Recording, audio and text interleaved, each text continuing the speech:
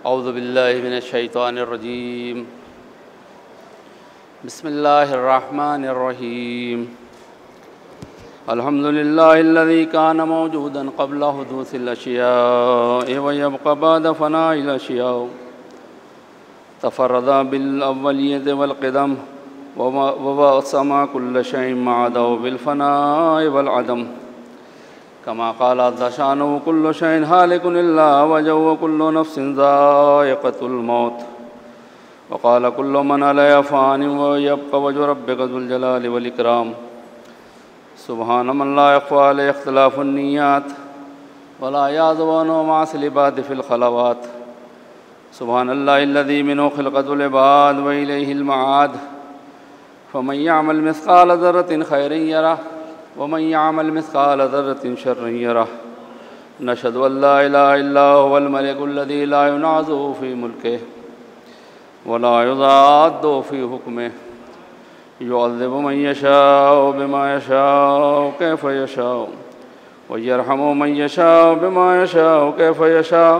ताज़ीबुल मुहसिनात व अफ़्वुहु तफ़ज़्ज़ुल व नशहदु अन्न मुहम्मदन सय्यदुल मुरसलीन व खैरुल मुबश्शिरीन वल मुनज़िरीन सल्लल्लाहु अलैहि व आलिहि ज़ातिल महदीयीन।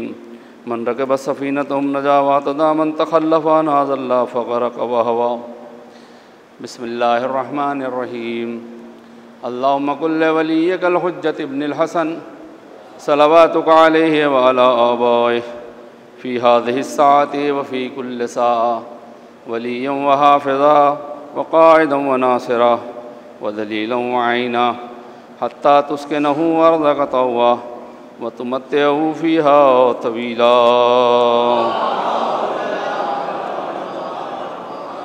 औसीकुम बिअल्लाह व नफ़्सी तक़वल्लाह।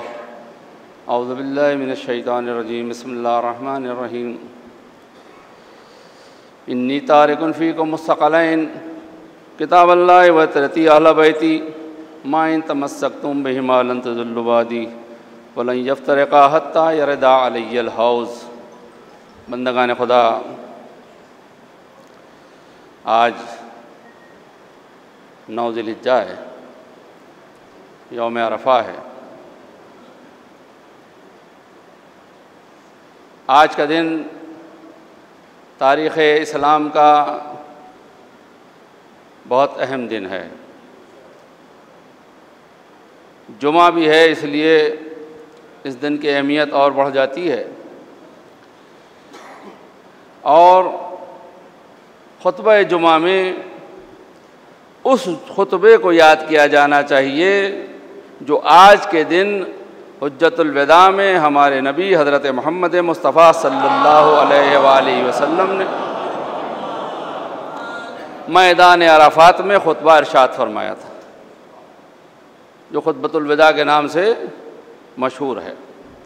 और उस खुतबे में आपने जहाँ अपनी तमाम खिदमात का ज़िक्र फरमाया, तमाम तबलीगात, तमाम अहकामात, तमाम वो बातें जो अल्लाह ने आप पर नाजिल फरमाई थी और आपने उम्मत को पहुँचाई थी, उन सब का ज़िक्र किया तकरीबन। और उनके हालात को, जो सामने बैठे हुए थे अरब के बद्दू, उनको बताया कि तुम्हारी हालत क्या थी, पोजीशन क्या थी, तुम कैसे आपस में दस्तो गिरेबान थे, तुम कैसे आपस में भिड़े हुए थे, एक दूसरे से लड़ रहे थे, तफरीक़ थी तुम्हारे अंदर, फ़िरक़े थे तुम्हारे, एक लफ्ज़ ज़हन में रहे, तफरीक़ थी तुम्हारे अंदर, इख्तलाफ था तुम्हारे अंदर, एक दूसरे की सूरत देखना भी गवारा नहीं करते थे। कुछ अल्फाज मेरे हैं इसमें, एक दूसरे के पास बैठना गवारा नहीं करते थे, आपस में कैसे झगड़ते थे, तुम में कैसे जंगें होती थी, एक एक बात पर 40-40 साल तक तुम लड़ा करते थे, तुम बद्दू कहलाते थे, तुम जाहिल कहलाते थे, तुम लायक तस्करा भी नहीं थे, तुम्हारी कोई चीज़ ऐसी न थी, तुम्हारी कोई तहजीब ऐसी न थी जिसका लोग, जिसकी तासी करें, जिसे लायक अमल बनाएं। लेकिन जब इस्लाम आया और तबलीगात इस्लाम आई तो तुम महज़ब कौम बन गए, तुम्हारे इख्तलाफ ख़त्म हो गए। ये सारी बातें बयान करने के बाद उसके बाद फरमाया कि आज से हमने सारी तफरीक़ ख़त्म कर दी, न कोई काला है, न कोई गोरा है, न कोई अरबी है, न कोई अजमी है, न कोई शर्क़ी है, न कोई गरबी है, सब कुछ ख़त्म कर दिया। आज से बस मेयार तक़वा और परहेज़गारी है, इस्लाम है, दीन है, और कोई नहीं है मेयार। फिर अपने जाने की खबर दी और उसके बाद फरमाया कि इन्नी तारिकुन फ़ीकुम मुस्तक़लैन। इस खुतबे के लिए मैंने इसको सुबह सुबह आज अखबार पढ़ा तो उसमें देखा कि कल वहाँ अरफा था, यौम अरफा, एक दिन पहले ही रहते हैं, आगे ही आगे रहते हैं हर चीज़ में। रोज़ा इफ्तार में आगे, नमाज मगरिब में आगे, इसमें आगे, उसमें आगे, तो हज में भी आगे ही आगे। ये नहीं देखते कि ख़राब हो जाएगा और इतने लाखों लोगों को हज का कौन जवाब देगा। मगर बहरहाल मुझे उससे बहस नहीं। कल खुतबा दिया वहीं इमाम काबा ने और ये कहा कि मैं वहाँ से खुतबा दे रहा हूँ जहाँ से पैगम्बर ने आखिरी खुतबा हज में 10 हिजरी में दिया था। लेकिन सारा खुतबा आप पढ़ जाइए या सुन लीजिए, सारी बातें कहीं मगर अहले बैत का तज़किरा नहीं किया हो और इस हदीस की तरफ बिल्कुल रुख नहीं किया, इस पर रोशनी नहीं डाली। जबकि तवातुर से कुछ अहादीस तारीख़ इस्लाम में और उम्मत मुस्लिमा में वो हैं कि जिनमें कोई इख्तिलाफ नहीं है, हर मुहद्दिस ने उसका तज़किरा किया है, जिसमें से एक हदीस सकलैन भी है। लफ्ज़ों में इधर उधर किया है लेकिन तज़किरा सब ने किया। हर सही में ये सही हदीस मौजूद है, ये मोतबर हदीस मौजूद है। ये अलग बात है कि किताब को तो सही मानते हैं लेकिन उस पर अमल नहीं करते। बहरहाल तो आपने फरमाया कि मैं तुम्हारे दरमियान 2 वज़नी चीज़ें छोड़े जा रहा हूँ, फ़ीकुम मुस्तक़लैन, तुम्हारे दरमियान। बाद में खुतबा गदीर में भी दोहराया है इसको। मैं तुम्हारे दरमियान 2 वज़नी गिरा कद्र चीज़ें छोड़े जा रहा हूँ, कुरान और इतरत जो मेरे अहले बैत हैं। तुम इन दोनों से मुतमस्सिक रहोगे तो कभी गुमराह नहीं होगे, कभी भटकोगे नहीं, और इन दोनों में कभी तफरीक नहीं होगी। न कुरान अहले बैत से जुदा होगा, न अहले बैत कुरान से जुदा होंगे, यहाँ तक कि मेरे पास हौज़े कौसर पर पहुँच जाएंगे। मैंने जो 2-4 लफ्ज़ पहले कहीं कि रसूल ने फरमाया था कि तुम लोग लड़ते थे, भिड़ते थे, तुम में इख्तलाफ थे, इख्तलाफात थे, तुम लायक़े तासी न थे, कोई बयान भी नहीं करता था, तुम्हारी तरफ कोई रुख भी नहीं करता था। लेकिन इस्लाम ले आने के बाद तुम्हारी तरफ मुतवज्जे हो गए लोग और अब इस्लाम जो है वो दुनिया में असर कर रहा है और जा भी रहा है। मगर ये उस वक्त तक ही पोजीशन बरकरार रहेगी जब तक मेरे बाद तुम कुरान और अहले बैत दोनों से मुतमस्सिक रहोगे। इसलिए कि इनमें इख्तलाफ नहीं होगा, ये एक दूसरे से अलग नहीं होंगे, न कुरान अहले बैत से जुदा होगा, न अहले बैत कुरान से जुदा होंगे। और अइम्मा मासूमीन अलैहिस्सलातु वस्सलाम की सीरत हमें यह बताती है कि न इनसे कुरान जुदा हुआ, न ये कुरान से जुदा हुए। हत्ता के सरो तन में जुदाई भी पैदा कर दी तो नौके नेज़ा पर सर हुसैन कुरान की तिलावत करके बता रहा है कि कुरान हमसे जुदा है, नाम कुरान से जुदा हैं। तो मैं ये अर्ज़ करना चाहता हूँ कि फ़िलिस्तीन का तज़किरा किया, फ़िलिस्तीन के दुश्मनों की बर्बादी और नेस्त नाबूदी की दुआएं कराईं, लेकिन ये नहीं कहा और वहाँ के बादशाहों की तारीफ़ की। एक लफ्ज़ ये भी कह देते कि वो बच्चे जो मारे जा रहे हैं, वो ये मासूम जो वहाँ मारे जा रहे हैं, ये हमारे हाकिम उनकी मदद कर रहे हैं, अल्लाह इन्हें भी नेस्त नाबूद फरमाए। मगर इतना हौसला कहाँ से लाते इतनी हिम्मत कहाँ से लाते? इसलिए कि जिनका रिज्क खा रहे हैं, जिनकी रोटियां खा रहे हैं, तोड़ रहे हैं, उनकी तो तारीफ उन्हें करना ही पड़ेगी। और ये इस वजह से हुआ कि जगह तो वो जहाँ पैगंबर खुतबा दे रहे थे और बयान वो कि जो सीरत पैगंबर के खिलाफ है। ये इस वजह से है कि इन्होंने खुद सीरत पैगंबर पर अमल नहीं किया है। तो जिस जगह का इमाम वो हो कि जिसकी जगह पे आ रहा है वो उसकी सीरत पर अमल ना करे, तो दुनिया को क्या दावत देगा सीरत पैगंबर पर चलने के लिए? लिहाजा मैंने एहतजाज किया है कि जब भी आइंदा उस जगह से कि जहाँ नाक़े क़सवा पर बैठकर पैगंबर ने खुतबा दिया था यौम अरफात के मैदान में, वहाँ से जो कोई भी खुतबा दे और इत्तेहाद का पैगाम दे तो इस हदीस को ज़रूर पढ़े।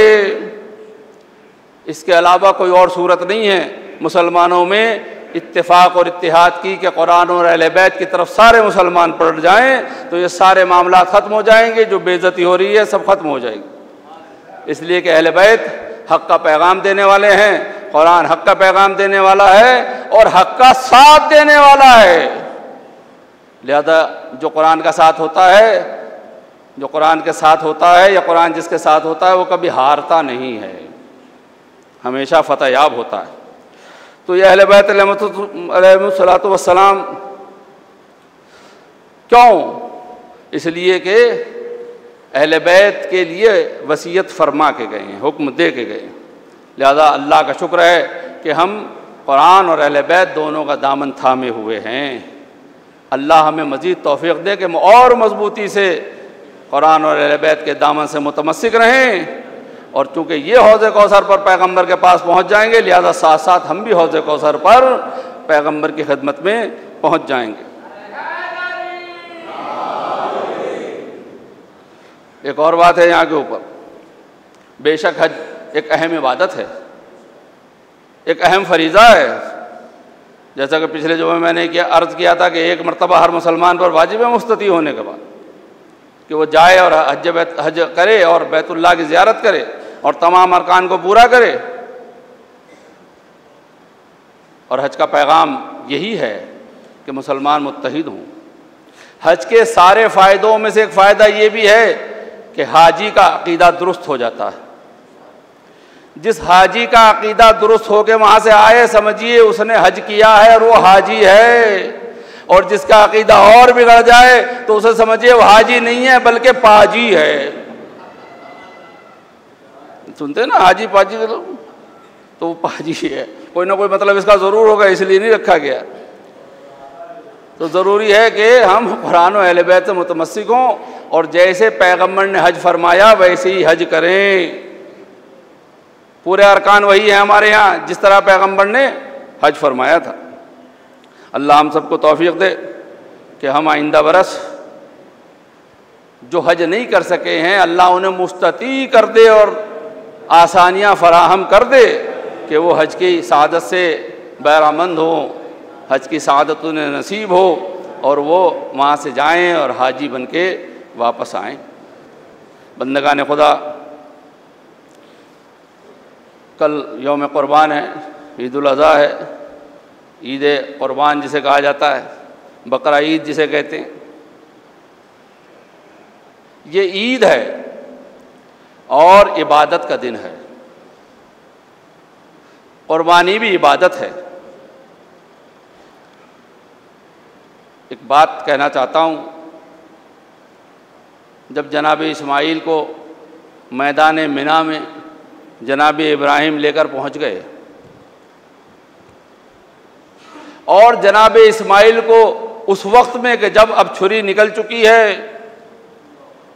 और बाप को बेटे के गले पे छुरी का चलाना है और अल्लाह की राह में बेटे को ज़बह करना है, और जनाब इब्राहिम ने बेटे को उस वक्त भी बिल्कुल आमादा पाया, रज़ामंद पाया और बिल्कुल किसी तरह का इज़्मेलाल या उनके चेहरे पर कोई किसी तरह की घबराहट परेशानी न देखी, यानी मुकम्मल। इसलिए जनाब इब्राहिम है, उनसे ज़्यादा कौन पहचान सकता है कि बेटे की दिली कैफियत क्या हैं, क़ल्बी कैफियत क्या हैं, समझ गए कि जो कुछ चेहरे पर इत्मीनान है वही क़ल्ब के अंदर भी इत्मीनान है।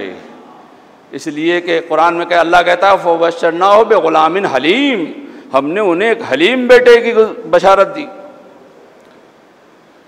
तो जब इतना मुतमईन पाया और इतना रज़ामंद पाया तो जनाब इब्राहिम ने बेटे की इस कैफियत को देख के गले से लगा लिया और बेहद रोए, बेइंतहा रोए। ये रोना इस वजह से नहीं था कि मैं अपने बेटे को ज़बह कर दूंगा, ये इस बात पर रो रहे थे कि इम्तिहान गाह में कितना साबित कदम है मेरा लाल। ये रोज़े आशूरा जनाब फ़ातिमा का रोना, रसूल खुदा का गरिया करना, सरोपा बरहना करना, ये अली का गरिया करना, ये ज़ैनब का गरिया करना, ये नहीं है कि हुसैन ज़बह, ये है कि हुसैन कितना इत्मीनान के साथ अल्लाह की बारगाह में जा रहा है और इम्तिहान में कितना कामयाब हो रहा है। रोए बहुत, आखिर बेटे को लिटा दिया। मैं समझता हूँ, हो सकता हूँ तफसीर में कहीं आ जाए, मैं समझता हूँ कि अल्लाह को इब्राहिम की ये, इस्माइल की ये अदा पसंद आ गई हो और अरहमुर राहिमीन दुम्बे के आने से बात साबित भी होती है। ऐ इब्राहिम, आज हमने तुम्हारे ऊपर रहम किया कि दुम्बा भेज दिया इस्माइल के बदले। अरे ये वो घड़ी है कि हमने सिर्फ इस्माइल से नहीं, क़यामत तक आने वाले तमाम फर्जंदों से और तमाम वालिदैन से ये तकलीफ उठा ली है कि अब कोई बाप बेटे को कुर्बानगाह में न लाएगा और छुरी न चलाएगा। बंदगान खुदा, कुर्बानी कीजिए, कल उसी कुर्बानी की यादगार है। इमाम जाफ़र सादिक़ अलैहिस्सलातु वस्सलाम इरशाद फरमाते हैं कि रसूल खुदा हज़रत मोहम्मद मुस्तफ़ा सल्लल्लाहु अलैहि वसल्लम ने फरमाया कि खुदा ने, गौर से सुने, बार बार दोहराया जाता है लेकिन लोग भूल जाते हैं, खुदा ने कुर्बानी को मुआशरे की, इक़्तिसादी और नादारों की ज़िंदगी को बेहतर बनाने के लिए करार दिया है। गरीब गुरबा आप देखिए, बांदा और उधर बुंदेलखंड के इलाके में जाकर और जगह भी जाके गरीब गुरबा साल भर 2-4 बकरियां बकरे पाल लेते हैं और कुर्बानी के दिन यौम कुर्बान से पहले उसे बेचते हैं, एक इकट्ठी रकम उनको मिल जाती है, उससे उनका फ़ायदा होता है। और फिर वो जब बकरे कुर्बान होते हैं तो उससे उसका गोश्त, बाज़ लोग साल भर में एक मरतबा सिर्फ बकरे का गोश्त कुर्बानी का खाते हैं। क्या दुनिया में गोश्त नहीं खाया जाता? कितने अफराद हैं, 7-8 अरब की दुनिया बसी हुई है, उसमें कितने से लोग हैं जो गोश्त नहीं खाते? अक्सरियत गोश्त खाती है, अक्सरियत। लिहाजा अगर अल्लाह के नाम पर कुर्बानी करके गरीब और गुरबा के दरमियान गोश्त तकसीम कर दिया जाए, अल्लाह की तरफ से भी अजर मिलता है और लोगों को कुर्बानी का गोश्त जिन्हें साल भर नहीं मिलता उन्हें मिल जाता है, तो इससे इक़्तिसादी सूरत भी बेहतर होती है और नादारों की ज़िंदगी भी बेहतर हो जाती है। तो फरमाते हैं कि उन्हें उसका गोश्त खिलाओ गरीबों को। कुर्बानी के फ़ायदे, अबू बसीर कहते हैं कि मैंने इमाम जाफ़र सादिक़ अलैहिस्सलातु वस्सलाम की खिदमत में अर्ज़ किया कि कुर्बानी करने का फ़लसफ़ा क्या है। फरमाया, कुर्बानी के खून के पहले कतरे के ज़मीन पर गिरते ही कुर्बानी करने वाले के गुनाह बख्श दिए जाते हैं। कुर्बानी तकवा और परहेज़गारी की अलामत है। मौलाए कायनात हज़रत अली इब्न अबी तालिब इरशाद फरमाते हैं, अगर लोगों को ये मालूम हो जाता कि कुर्बानी में क्या अज़मत और राज है तो वो कर्ज लेकर कुर्बानी करते।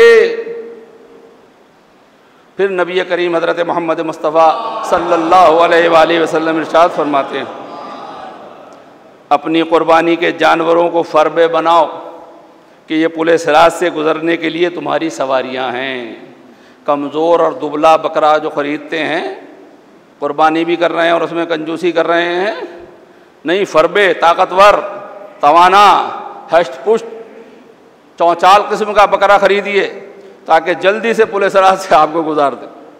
कमज़ोर पे बैठिएगा तो वो अपना ही बोझ जब नहीं संभाल पा रहा तो आपका बोझ क्या संभालेगा, कहीं भी लेके गिर पड़ेगा। लिहाजा ज़रूरी है कि कुर्बानी का जानवर हर एतबार से अगरचे हज के क़ुरबानी के मसाइल अलग हैं, लेकिन यहाँ के अलग हैं, लेकिन फिर भी क़ुरबानी की तो उसी की यादगार है जो जनाब इब्राहिम ने पेश की थी। और दुम्बा वहाँ से दुम्बा कैसा आया था? अल्लाह कोई कमज़ोर, लंगड़ा, लूला, कान कटा, अंधा, काना भेज रहा था वहाँ से। जो सबसे अच्छा वहाँ होगा वो भेजा होगा। लिहाजा हमें भी जो सबसे अच्छा दिखे वो ये क़ुरबान करना चाहिए। अल्लाह की बारगाह में क़ुरबानी करना है। बंदगान खुदा, हमारी इन बातों को अल्लाह कबूल फरमाए, इनमें असर पैदा हो ताकि लोग इस पर अमल करें। औज़ु बिल्लाहि मिनश शैतानिर रजीम, बिस्मिल्लाहिर रहमानिर रहीम। वल अस्र इन्नल इंसाना लफ़ी खुस्र इल्लल लज़ीना आमनू व अमिलुस सालिहात व तवासौ बिल हक़्क़ि व तवासौ बिस सब्र। सल्ले अला मुहम्मद व आले मुहम्मद। सल्ले अला मुहम्मद व आले मुहम्मद।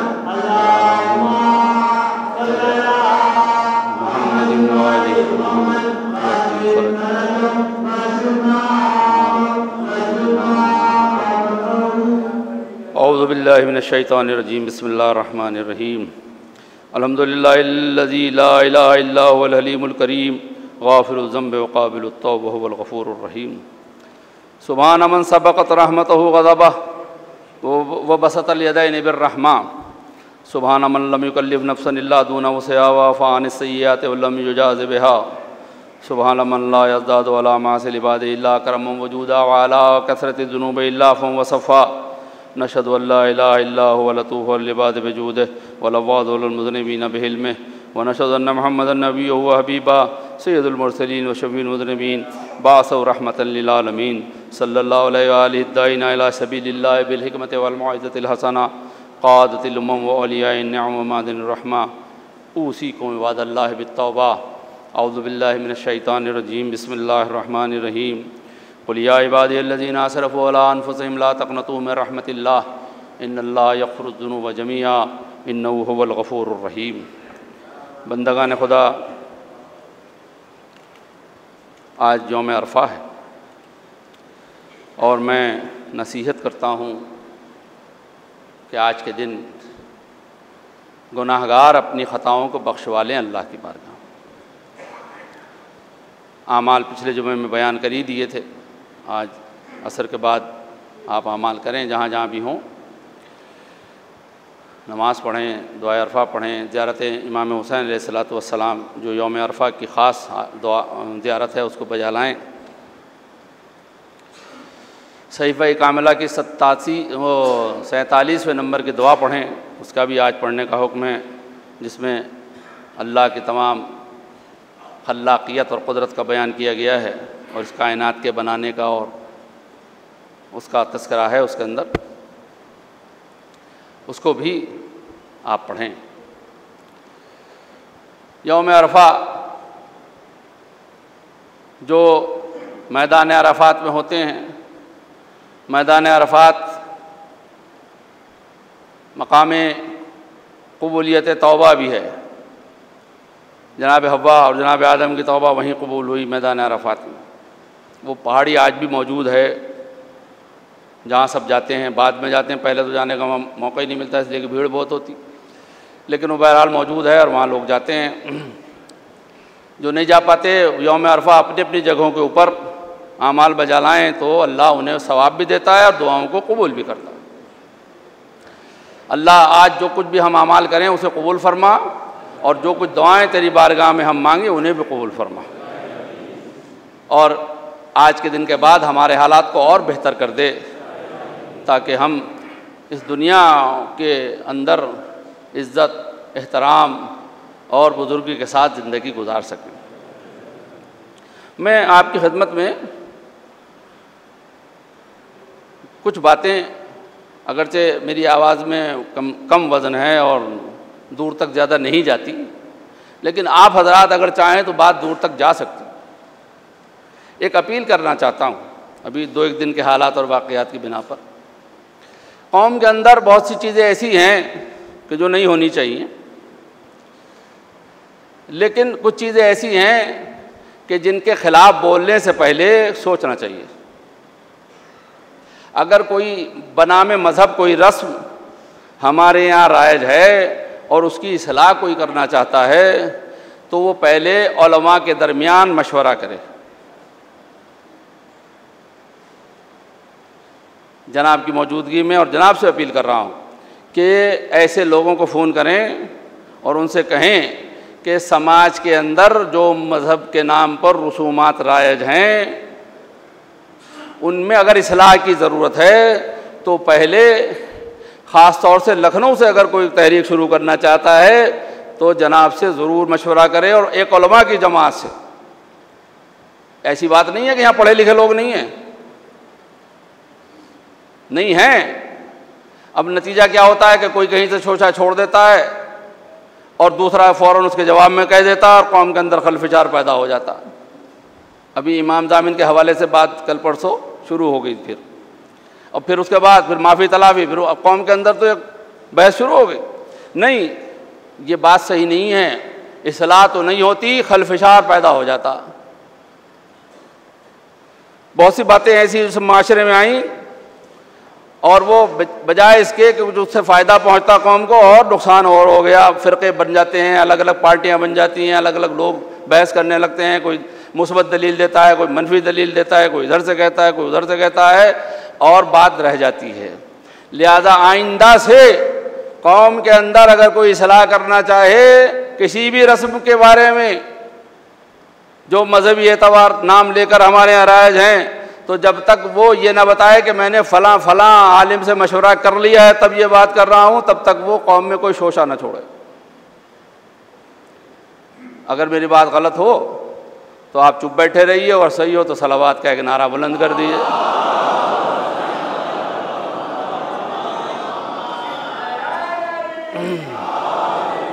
इसके अलावा हमारे मुआशरे की हालत क्या है? हमारे आइडियल क्रिकेटर हैं, क्रिकेट खेलने वाले, और पता नहीं कौन कौन हैं नौजवान। यहाँ जुमे में तो कुछ दूसरा है, लेकिन आप और जगह जाके देखिए तो किस तरह के बाल रखे हुए हैं, किस तरह की दाढ़ियाँ रखे हुए हैं, किस किस तरह के लिबास पहने हुए हैं। मालूम ही नहीं होता कि किसी शिया मुआशरे में हम आ गए। और आइडियल पता नहीं कौन कौन है। शब शहादत थी इमाम मोहब्बत बाक़िर अलैहिस्सलातु वस्सलाम की, एकदम से पटाखे छूटने लगे, आतिशबाजी होने लगी। अरे भाई ये क्या हुआ कि वो कोई मैच जीता है, किसने मैच जीता होगा, कौन होगा?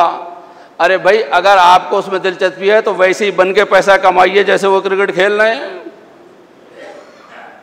आप खामखा के लिए न ये देखते हैं कि शब शहादत है, न ये देखते हैं कि कोई सो रहा होगा, न ये देखते हैं कि क्या माहौल और मामला है। लिहाजा इस बात पे भी बुज़ुर्गों से अपील करता हूँ कि गौर करें और अपने बच्चों के हालात पर नज़र रखें, ताकि हमारा मुआशरा वही तहज़ीब याफ्ता मुआशरा है जो पहले था। जब निकलते थे तो लोग कहते थे देखो ये जा रहे हैं अहले बैत के चाहने वाले। ऐसा ना हो कि हम गुम हो जाएं और किसी बड़ी उसमें जाके मिल जाएं और हमारा वजूद भी ख़त्म हो जाए। बंदगान खुदा, ये वो बातें हैं जिस पर अमल मुश्किल है, लेकिन अगर आप लोग चाहें तो इस पर अमल हो सकता है।